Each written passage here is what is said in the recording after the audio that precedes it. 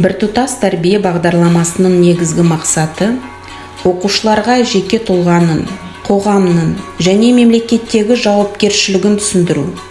Сондай-ақ олардың азаматтық, патриоттық, рухани және адамгершілік құндылықтарын қалыптастыру. Бұл бағдарламаны қазақ тілі мен әдебиеті сабағында интеграциялау, оқушылардың тәуелсіздік пен патриотизм құндылықтарын тереңірек түсініп, бойына сіңіруіне мүмкіндік береді. Біріншіден, тәуелсіздік туралы түсінік беру. Қазақ тілі мен әдебиеті сабағында тәуелсіздік туралы айтқанда, қазақ халқының тарихына, мәдениетіне, ұлттың еркіндікке деген ұмтылысын дәріптеуге болады. Мысалы, қазақ әдебиеті арқылы Абай Құнанбайұлы, Мұхтар Әуезов, Ғабит Мүсірепов сияқты классиктердің шығармалары арқылы тәуелсіздік пен халықтың рухын көрсету. Абайдың өлеңдерінде мысалы, еркіндік, бостандық, білім алу, ұлттық бірлік мәселелері айқын көрінеді. Абайдың шығармалары патриотизмді қалыптастырудың негізі бола алады. Қазіргі заман әдебиеті арқылы жазушыларымыздың қазіргі заманғы тәуелсіздік кезеңінде жазған шығармаларын оқыту арқылы патриотизм мен тәуелсіздікке деген құрметті арттыру. Екіншіден, патриотизм құндылығын қазақ тілі сабағына енгізу. Патриотизм ұғымын оқушыларға түсіндіру үшін қазақ тілінің грамматикасы мен лексикасы арқылы да жұмыс жасауға болады.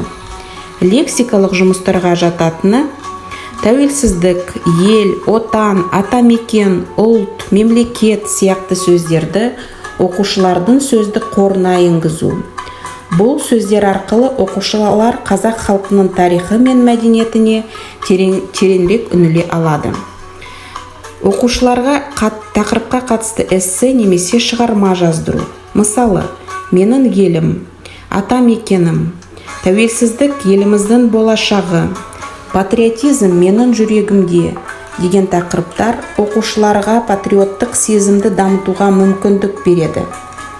Үшіншіден, сабақта тәуелсіздік пен патриотизм құндылықтарын біріктіріп оқыту. Оның бірнеше әдістері бар. Біріншісі, тарихи тұлғалар туралы әңгімелеу.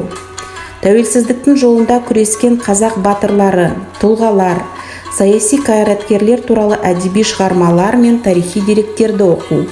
Мысалы, желтоқсан оқиғасы, алаш арыстары туралы жазылған әдебиеттер. Қазақ тілінің рөлін түсіндіру. Тіл тәуелсіздіктің айқын белгісі. Ұлттың тұтастығы мен өзіндік ерекшелігінің басты белгісі.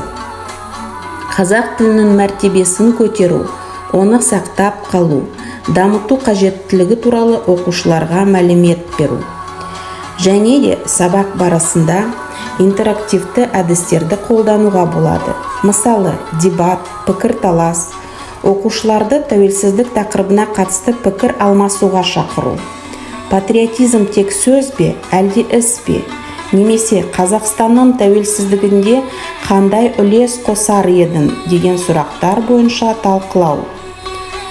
Қорыта келе, қазақ тілі мен әдебиеті сабағында тәуелсіздік пен патриотизм құндылықтарын интеграциялау арқылы оқушылардың ұлттық сана сезімін оятуға, оларды отан сүйгіштікке тәрбиелеуге болады.